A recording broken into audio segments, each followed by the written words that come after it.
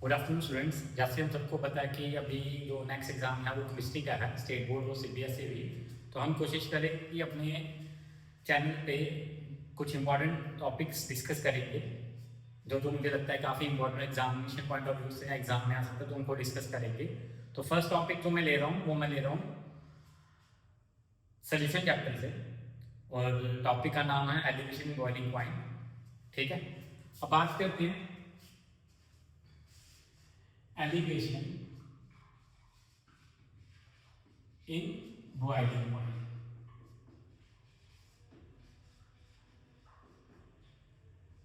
ठीक है, देखो एलिवेशन इन बॉइलिंग पॉइंट एक कॉलिगेटिव प्रॉपर्टी है। एलिवेशन इन बॉइलिंग पॉइंट क्या है? Colligative property. और कॉलिगेटिव प्रॉपर्टीज की अगर मैं बात करूं, सीपी कॉलिगेटिव प्रॉपर्टीज किसी भी डाइल्यूट सॉल्यूशन की, कॉलिगेटिव प्रॉपर्टीज किसी भी डाइल्यूट सॉल्यूशन की वो प्रॉपर्टीज होती हैं जो अमाउंट ऑफ सॉल्यूट पे डिपेंड करती है। किस पे डिपेंड करती है? अमाउंट ऑफ सॉल्यूट पे। इंडिपेंडेंट होगी नेचर के, बट किस पे डिपेंड करेंगी? अमाउंट ऑफ सॉल्यूट पे। तो बेसिकली जो कॉलिगेटिव प्रॉपर्टी की डेफिनेशन है वो है those properties of a dilute solution, those properties of a dilute solution will depend upon the amount of solute, will depend upon the amount of solute, independent of its nature are called colligative properties। वो सारी properties जो किस पे depend करें? Amount of solute पे depend करें, उन सारी प्रॉपर्टीज को हम बोलते हैं कॉलिगेटिव प्रॉपर्टीज। क्या बोलते हैं? Colligative properties. और कॉलिगेटिव प्रॉपर्टी की टाइप है एलिवेशन इन बॉइलिंग पॉइंट।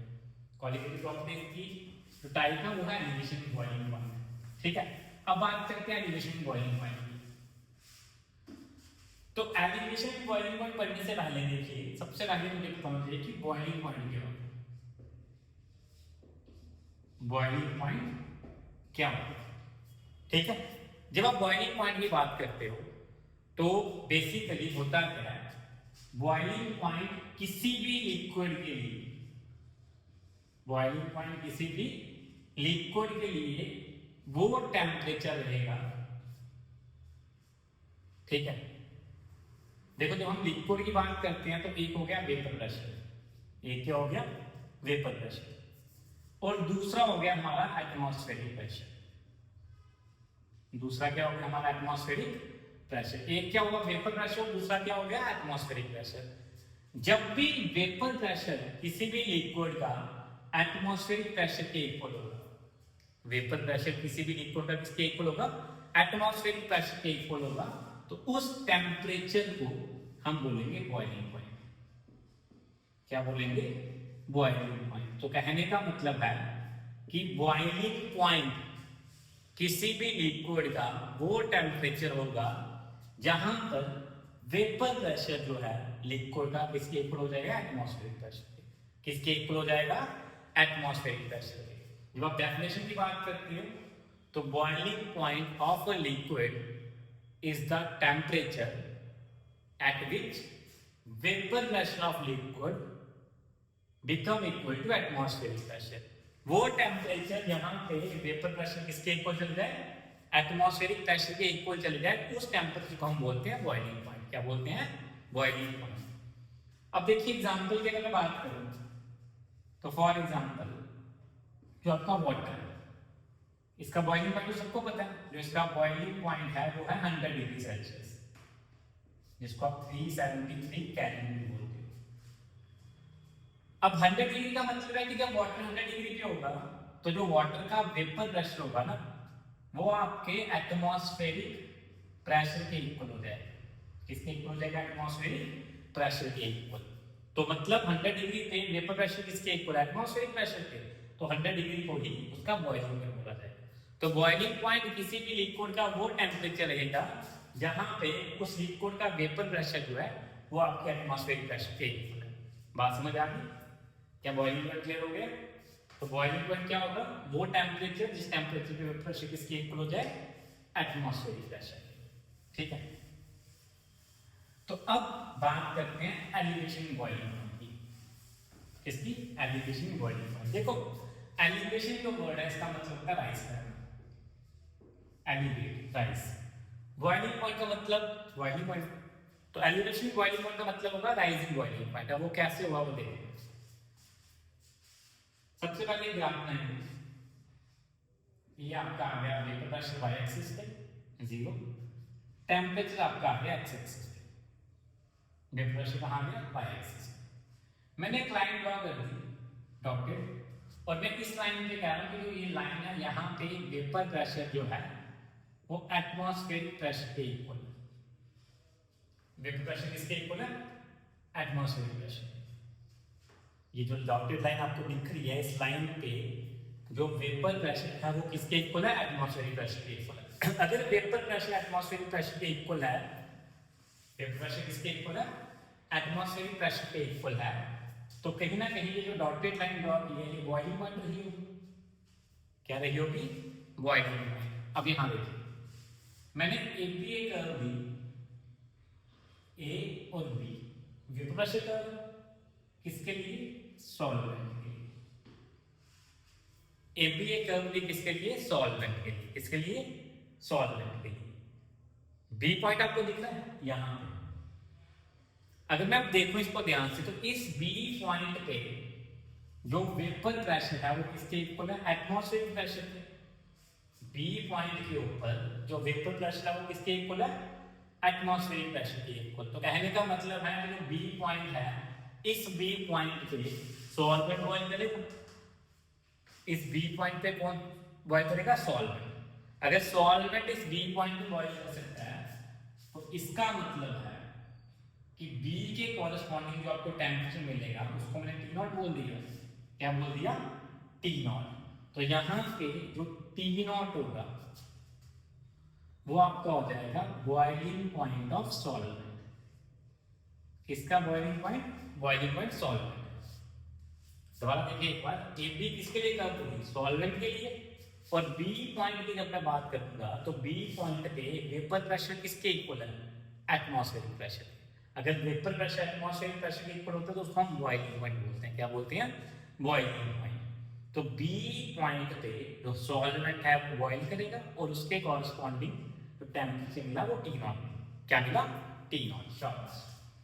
हमने एक और कर्व ले ली सी डी, सी और डी किसके लिए? सॉल्यूशन के लिए। शाबाश। किसके लिए? सॉल्यूशन के। मैं यहां मेंशन करूंगा सॉल्यूशन containing non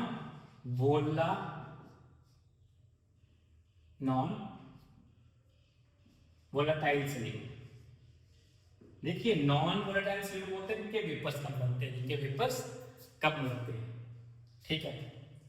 अगर मैं सी डी की बात करूं तो क्या डी पॉइंट पे वेपर प्रेशर एटमॉस्फेरिक प्रेशर के इक्वल है? जो डी पॉइंट दिख रहा है, क्या इस पॉइंट पे वेपर प्रेशर जो आपका है क्या वो एटमॉस्फेरिक प्रेशर के इक्वल है? नहीं। अगर वेपर प्रेशर एटमॉस्फेरिक प्रेशर के इक्वल नहीं है तो हम क्या करेंगे? इस डी पॉइंट पे जो सॉल्यूशन है उसको हीट करेंगे और हीट करके हम उसको ई पे ले आएंगे। कहां लेंगे? ई पे। अब ई पॉइंट की अगर बात करें तो ई पॉइंट पे वेपर प्रेशर किसके इक्वल है? Atmospheric pressure. शाबाश। ई पॉइंट पे वेपर प्रेशर किसके इक्वल है? एटमॉस्फेरिक प्रेशर पे। अगर वेपर प्रेशर एटमॉस्फेरिक प्रेशर के इक्वल है तो मतलब ई पॉइंट पे जो सॉल्यूशन है वो बॉइल कर रहा होगा। अगर सॉल्यूशन बॉइल कर रहा होगा तो उसके कॉरस्पॉन्डिंग हमें एक टेम्परेचर मिलेगा, उस टेम्परेचर को हम बोलेंगे टी। क्या बोलेंगे? टी। तो टी यहां पे क्या हो गया? Boiling point of solution. ठीक है, बात समझ आ गई? ए बी कर्व थी सॉल्वेंट के लिए और बी पॉइंट पे वेपर प्रेशर एटमॉस्फेरिक प्रेशर के इक्वल था। तो बी के कॉरस्पॉन्डिंग जो आपको टेम्परेचर मिला वो मिला टी नॉट, और टी नॉट को आपने क्या बोला? Boiling point of solvent. शाबाश। सी डी कर्व की सॉल्यूशन की containing non volatile solute. Non volatile solutes होते हैं, इनके वेपर्स कम बनते हैं, तो डी पे तो बॉइल करेगा नहीं। अब बॉइल करने के लिए आपको टेम्परेचर इंक्रीज करना था, इंक्रीज करके आप ई पे लेके चले गए। ई पे वेपर प्रेशर किसके इक्वल हो गया? एटमॉस्फेरिक प्रेशर के। शाबाश। तो ई के कॉरस्पॉन्डिंग जो टेम्परेचर मिला टी उसको बोला गया बॉइलिंग पॉइंट ऑफ सॉल्यूशन। अब कितना राइज किया, कितना एलिवेट करा, ये किया एलिवेट। डिफरेंस क्या है, T माइनस टी नॉट, क्या आ गया, T माइनस टी नॉट। इसी T माइनस टी नॉट को ही बोला जाता है डेल्टा टीबी, मतलब elevation in boiling point. Elevation in boiling point को डेल्टा टीबी से लिखते हैं। Delta stand for change, T stand for temperature and B stand for boiling. तो जितना टेम्परेचर इंक्रीज होता है उसी इंक्रीज इन टेम्परेचर को हम बोलते हैं एलिवेशन इन बॉइलिंग पॉइंट। क्या बोलते हैं, एलिवेशन इन बॉइलिंग पॉइंट। अगर मैं इसकी बात करूं, इसकी डेफिनेशन की, तो जब भी हम कोई नॉन वोलेटाइल फ्लूइड ऐड करते हैं तो वेपर प्रेशर डिक्रीज हो जाएगा। वेपर प्रेशर क्या हो जाएगा, डिक्रीज हो जाएगा। उस केस में सॉल्यूशन को बॉयल करने के लिए जितना हम टेम्परेचर को इंक्रीज करेंगे उसी इंक्रीज इन टेम्परेचर को बोलते हैं एलिवेशन इन बॉइलिंग पॉइंट। क्या बोलते हैं, एलिवेशन इन बॉइलिंग पॉइंट। ठीक है, ये कुछ ऐसा लिखा जाएगा, whenever we add a non-volatile fluid in a solvent it decreases the vapor pressure of solution. In order to boil solution we have to increase the temperature. This increase in temperature is called elevation in boiling point. ठीक है, तो क्या होता है elevation in boiling point, इतना हम temperature rise करेंगे उसको बोला जाएगा एलिवेशन इन बॉइलिंग पॉइंट। अब बेटा इसकी डेरिवेशन है जो आपको एग्जाम में आती है, उसी डेरिवेशन की बात करें। इधर देखिए बोर्ड पे,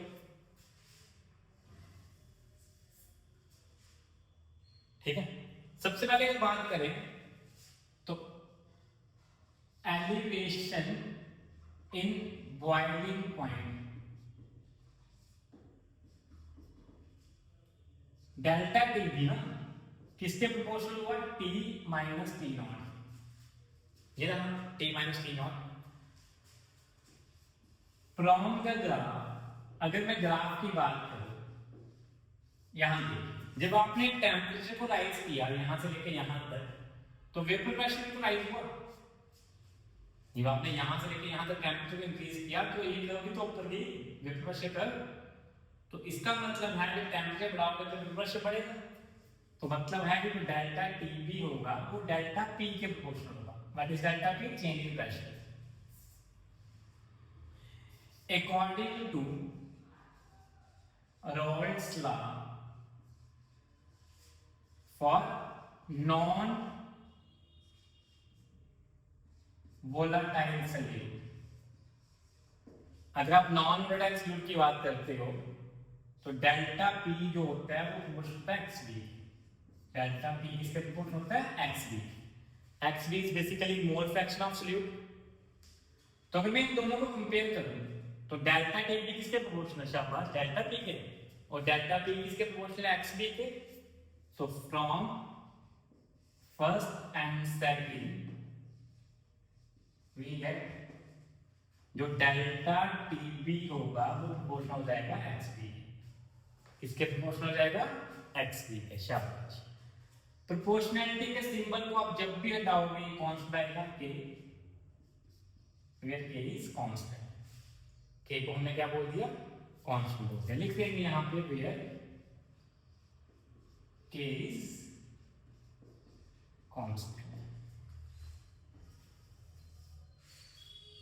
ठीक है, क्या यहां तक क्लियर हो चुका, सिंपल था। डेल्टा टी डी किसका प्रोपोर्शनल है, टी माइनस टी नॉट के रूप में ग्राफ से दिख गया था। ठीक है यहां पे, और जैसे ही हमने टेम्परेचर को बढ़ाया वेपर प्रेशर बढ़ा तो डेल्टा टी बी किससे प्रोपोर्शनल हो गया, डेल्टा पी के। शाबाश।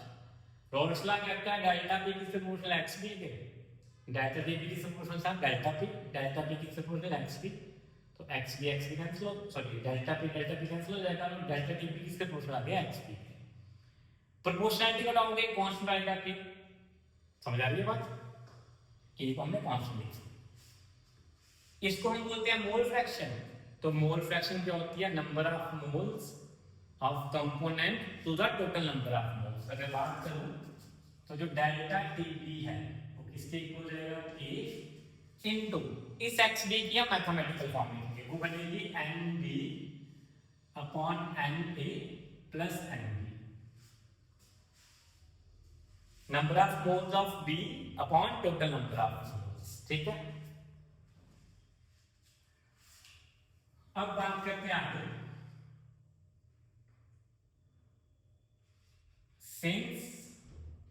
qualitative properties hold for dilute solution, hold for dilute solution. qualitative properties किसके लिए hold करते हैं? dilute solution के लिए hold करती हैं। तो जो number of moles of solvent होगा Na वो काफी बड़ा होगा किससे? Nb से। आगे समझ मुझे Na किससे बड़ा होगा? Nb से। अगर Na बड़ा Nb से तो जो Na प्लस Nb का सम है वो बन जाएगा वापस से Na। इट्स जस्ट लाइक कि आप एक बड़ा स्मॉल नंबर ऐड कर रहे हो, तो जब आप स्मॉल नंबर ऐड करोगे तो वो कोई चेंज नहीं करेगा, तो ऑलमोस्ट इक्वल हो जाएगा Na। देयरफॉर जो डेल्टा Tb है वो आपका किसके इक्वल होगा? शाबाश, K into Nb upon Na। ये Na प्लस Nb जो था देना आपको यहाँ पे, ये चेंज हो गया किसमें? Na। N क्या होता है? Number of moles. और अगर मैं बात करूँ नंबर ऑफ मोल जो होते हैं वो होते हैं given mass upon molecular mass. देखो गिवन मास को हमेशा W से लिखते हो और मॉलिक्यूलर मास को हमेशा M से लिखते हो। गिवन मास को शाबाश आप किससे लिखते हो? W से। और मॉलिक्यूलर मास को किससे लिखते हो? M से। तो यहां पर क्या होगा? यहां पे डेल्टा Tb जो है वो आपका हो जाएगा K into WB by MB, B component के लिए WA by MA, A component के लिए। रीजन लिख सकते हैं कि जो N है वो बेसिकली W बाय M। अब इसको रेसिप्रोकल कर लो तो जो डेल्टा Tb होगा वो किसके इक्वल हो जाएगा? K WB upon MB into MA by WA। जो B वाली टर्म है वो सॉल्यूट के लिए है और जो A वाली टर्म है वो सॉल्वेंट के लिए। देख लीजिए इसको एक बार पूरा।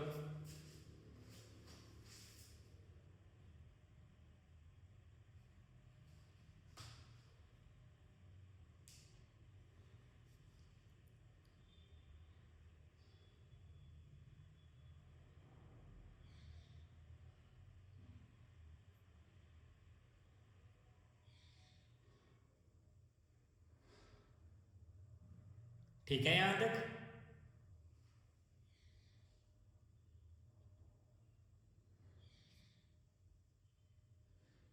अब देखिए आगे, अब अगर बात करें यहां पे लिखते हैं इस बाकी डेरिवेशन को, जो आपका Na है, Na क्या होगा? Molecular mass of solute. हम लिखेंगे for a known solvent. Known का मतलब इसके बारे में आपको पता है। Ma क्या हो जाएगा? कांस्टेंट हो जाएगा। यहां देखिए K भी कांस्टेंट था, Ma भी कांस्टेंट हो गया। जब आप दो कांस्टेंट्स को मल्टीप्लाई करोगे एक नया कांस्टेंट बनेगा, delta Tb is equal to Kb into WB by MB into 1 by WA। Kb को जो कि K इंटू Ma को मल्टीप्लाई करके बना था, इसका क्या बोलेंगे? Molar elevation constant. क्या बोलेंगे? Molar elevation constant. बात समझ आ गई? अब अगर हम बात करें इसकी, given mass by molecular mass is number of moles, WA is given mass of solvent. If WA is equal to 1 kg, अगर W गिवन मास को हम 1 kg बोलते तो ये बन गया नंबर ऑफ मोल्स। तो नंबर ऑफ मोल्स डिसॉल्व पर kg ऑफ सॉल्वेंट, इसको कमेंट सेक्शन में बताना पक्का कि given mass by molecular mass is number of moles dissolve per kg of solvent is called molality. Delta Tb is equal to Kb into M. हम लिखेंगे definition of Kb। Kb को define करने के लिए हम M को मान लेंगे। If M is equal to 1 मोल पर kg, अगर M को 1 ले लें तो जो डेल्टा Tb है वो किसके इक्वल हो जाएगा? Kb। केबी क्या था, molar elevation constant, delta TP क्या था, एलिवेशन इन बॉइलिंग पॉइंट। तो कहने का मतलब हो गया दोनों इक्वल हो जाएंगे जब मोलारिटी 1 होगी, जब मोलारिटी क्या हो जाएगी 1 हो जाएगी। अब आएगा कैलकुलेशन ऑफ एमबी, एमबी को कैलकुलेट करना है मॉलिक्यूलर मास को, तो डेल्टा टीपी किसके इक्वल है, KB into M, delta TP किसके इक्वल है, KB into WB by MB into 1000 by W. ठीक है, यहाँ डब्ल्यू ए जो है वो किसमें होगा, इन ग्राम्स में होगा। एमबी को फाइंड करना है, एमबी को यहाँ ले जाएंगे, डेल्टा टीपी को यहाँ ले जाएंगे, तो जो एमबी बन जाएगा वो बनेगा आपका KB into W B into 1000 upon delta TP into W A. तो ये आपकी आगे डेरिवेशन देखो, ये एक इंपॉर्टेंट क्वेश्चन है एग्जामिनेशन पॉइंट ऑफ व्यू से दोनों के लिए, सीबीएसई वालों के लिए भी इसकी डेरिवेशन आती है और स्टेट बोर्ड को भी पूरा पूछना है। ठीक है, सीबीएसई को ऐसा हो सकता है कि डेरिवेशन 3+2 बन जाए, साथ में एक न्यूमेरिकल आ जाए, न्यूमेरिकल तो आपका बनेगा इस फॉर्मूला पे, एनसीईआरटी बुक के क्वेश्चंस है वो बनते हैं। स्टेट बोर्ड को elevation boiling point as such 5 marks में आएगा, तो इस क्वेश्चन को आप ड्रॉप नहीं कर सकते हो। एलिवेशन बॉइलिंग पॉइंट सबसे इंपॉर्टेंट कैलकुलेटिव प्रॉपर्टी है, याद रखना इसको। ठीक है, देखिए इस पर